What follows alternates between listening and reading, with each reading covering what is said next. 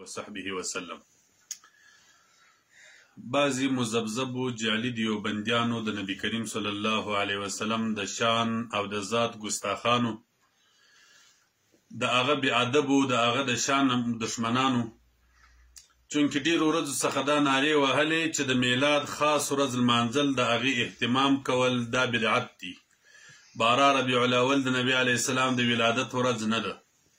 نو تیره ورځ باندې په اجماع د امت باندې تقریبا افغانستان کې د اسلامي امارت پر سطح باندې د 12 د ورځې د میلاد النبي صلی الله علیه وسلم په مناسبت ولمانځل سول.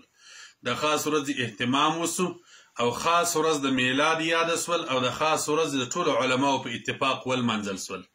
نو دا یو چپلاخه وه چې دغه خلکو ته پر مخ ورکول سوله چې ځانونه یې مذهب ته منسوبول او ځانونه یې دین ته منسوبول، خو بیا د دغې ورځې خاص اهتمام یا بیا کله خلکو ته وسوسې ورچولې چې تخصیص ناروا دی، کله بیا 12 د ربیع الاول نه ده. نو بیا دغه موسوسینو، دغه مذبذبینو بیا د خپل ځان د خلاصېدو دپاره بیا د بدعت داسې تعریفونه وکړل، د ځان یې شارعان جوړ کړي دي، د خپل خېټې څخه یې بیا نوي تعریفونه د بدعت کړي دي، چې هغه تعریف د بدعت باندې لږ خبره کوم. د بدعت لغوي او شرعي تعریف کړي دي.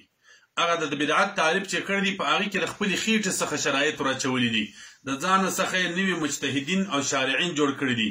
د علمای کرامو تشریح نه مني، وایي دا شارعین نه دي، او د خپل ځان تشریحات بیا پکې پیښوي. بیا یې په هغه د بدعت په تعریف کې 2 قیدات ایښي دي. یو یې دا ویل دي چې بدعت هغه شی دی چې هغه د دین څخه نه وي او په دین کې کیږي. دویم یې دا قید ایښی دی چې که یو کار د دین څخه نه و، خلکو د دین کار بلی، بیا بدعت دی.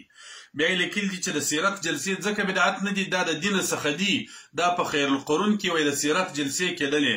نو د دغه مذبذبینو موسوسینو څخه موږ دا غوښتنه کوو چې تاسو موږ ته د دې لپاره یو دلیل په کتاب کې پیش کړئ چې د اهتمام په طریقې باندې په خاص ورځو کې د خیر القرون کې دي د سیرت جلسې کېدلې. د دې لپاره دې د یو کتاب حواله پیش کړي چې موږ بیا د دې په خبرو باندې اعتماد وکړو چې سیدي خیر القرون کې بیا د سیرت جلسې کېدلې. د سیرت د جلسو دپاره یو مجالس منعقد سوي وي، د اهتمام په طریقې باندې پیش کړي. هغه نسی پیښولی، بس دا پیښولی سي د یو څه ملیشیا د پیسو دپاره اجتماعګانو دپاره لارې جوړوي. اجتماع کې سیروزي وچلې سه یې کوي، ځکه د ملیشیا پیسې را روانې دي. د نبي کریم صلی الله علیه وسلم مبارک میلاد ته بدعت وایي. زه د ده پر تعریف باندې دغه مذبذبینو موسوسینو پر تعریف باندې اعتراض کوم. دغه تعریف مانع او جامع دواړه نه دي، دا تعریف ناقص دی، بلکې دا تعریف د بدعت دپاره، د شرعي بدعت دپاره ښه جامع تعریف امام شاه محمد انور شاه کشمیری رحمه الله د دیوبند جید عالم مبارک په عرف شذی کې د ترمذی شریف پر شرح باندې ابواب صلات الليل کې 102 صفحه کې کړی دي. هغه مبارک لیکلی دی: واعلم ان البدعه ما لا يكون اصله في الاصول الاربعه ويزعم الناظر فيه انه من امور الدين. وی بدعت هغه شی دی چې د دین په 4 اصولو کې اصل نه لري. دغه مذبذبینو موسوسینو ویل دي وی بدعت هغه شی دی چې د دین کار نه وي. بیا یې لیکلي دي د دین کار دا معنا چې په خیر القرون کې هغه نه یې سوی. یو پلا خو دغه تشریح چې د دین کار خاص هغه ته ویل کېږي چې په خیر القرون کې نه یې سوی، دا تشریح د ځانه کړې ده، دا په کتابو کې نسته، دا د دې موسوسینو مذبذبینو نوی بدعت دی چې د بدعت تشریح د ځانه کوي. دویم، شاه انور شاه کشمیری رحمه الله خیر القرون شرط نور ته بولي. هغوی بدعت هغه شی دی چې د هغه دپاره په اصول 40 کې اصل نه وي. قرآن، حدیث، اجماع، قیاس کې چې یو شی اصل نه لري هغه بدعت دی. نو اوس د دغه مذبذبین موسوسین غوښتنه وکړي چې میلاد شریف په قرآن کې اصل نه لري، کې په حدیث کې نه لري، کې په اجماع کې نه لري، کې په قیاس کې نه لري.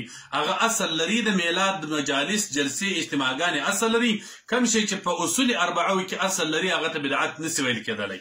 دویم شرط دا دی، د بدعت دپاره شرط دا دی بدعت به مراغم د سنت وي، لکه څنګه چې امام غزالی رحمه الله په خپل کتاب احیاء علوم الدین کې په 2م جلد کې 202 نمبر صفحه کې امام غزالی رحمه الله وایي چې بدعت مذمومه بدعت سیئه هغه بدعت دی چې هغه مراغم د سنت وي، سنتو دپاره رافع وي. که یو بدعت د سنتو رافع نه و دا بدعت مذمومه سیئه نسي بلل کېدلی. لکه څنګه چې امام ابن العربي رحمه الله لیکلی دي انما يذم من البدعه ما يخالف سنه ويذم من المحدثات ما دعا الى الضلاله. په بدعت کې هغه بدعت بد دی چې مخالف د سنت وي، هغه بدعت بد دی هغه محدث کار ناروا دی چې داعی او ضلالت لري وي.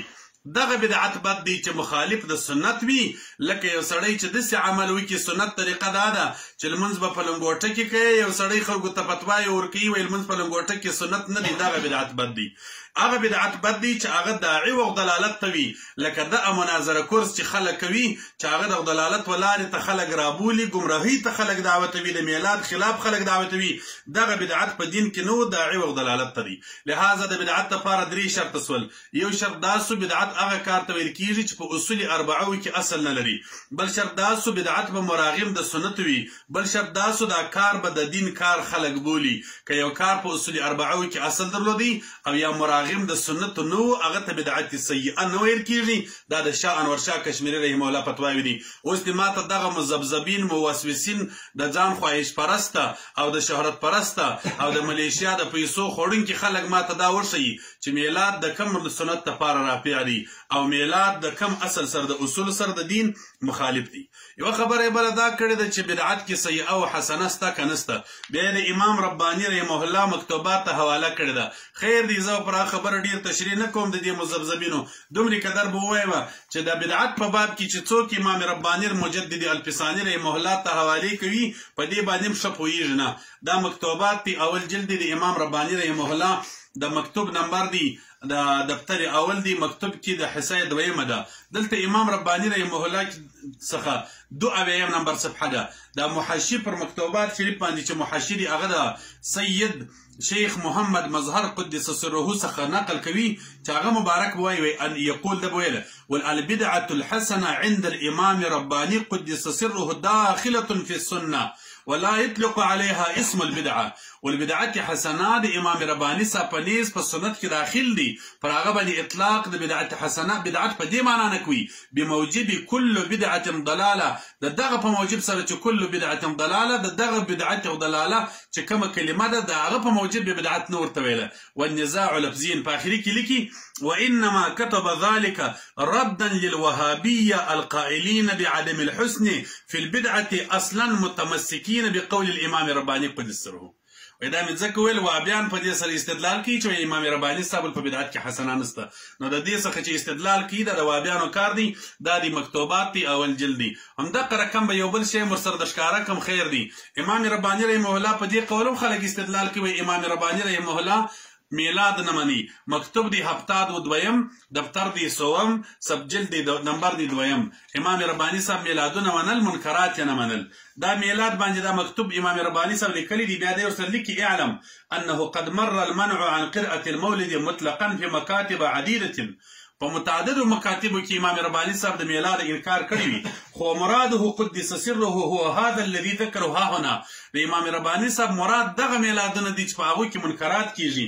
وانما اطلق هناك للعله المذكوره ها هنا، ځکه علت په دغه مکتوب هفتاد و دویم کې ذکر دی. اخر کې لیکي فلا سند في منعه عنه للوهابيين خذلهم الله ومن يحذ حذوهم.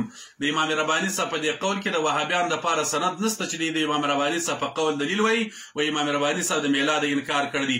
الله دې وایي دی وشرمي او هغه څوک دی الله وشرمي چې د وهابیانو پر لاري دا د امام رباني رحمه الله مکتوبات دي. لهذا مقصد دا دی دغه مذبذبینو د خپل ځان د شرم د ورکېدلو لپاره په دې وشرمېدل چې نوم یې د حنفیت د امارت اخصي، خو امارت او حنفیت دواړو خاص ورځ د میلاد د ورځې اهتمام وساتي. د دې لپاره دا لار جوړه کړل چې د میلاد په ورځ باندې چټي وي، دا په بدعت کې نه داخليږي. دغه اهتمام ساتل چې تاسو نارې وایلې چې د 12 ورځ د میلاد نه ده، د میلاد د نامه سم انکار کوي، تیل د میلاد نه دی سیرت دی، هغه د میلاد په نامه خاص د 12 د ورځې نامه پر اهتمام سره امارت اسلامي والمنزل.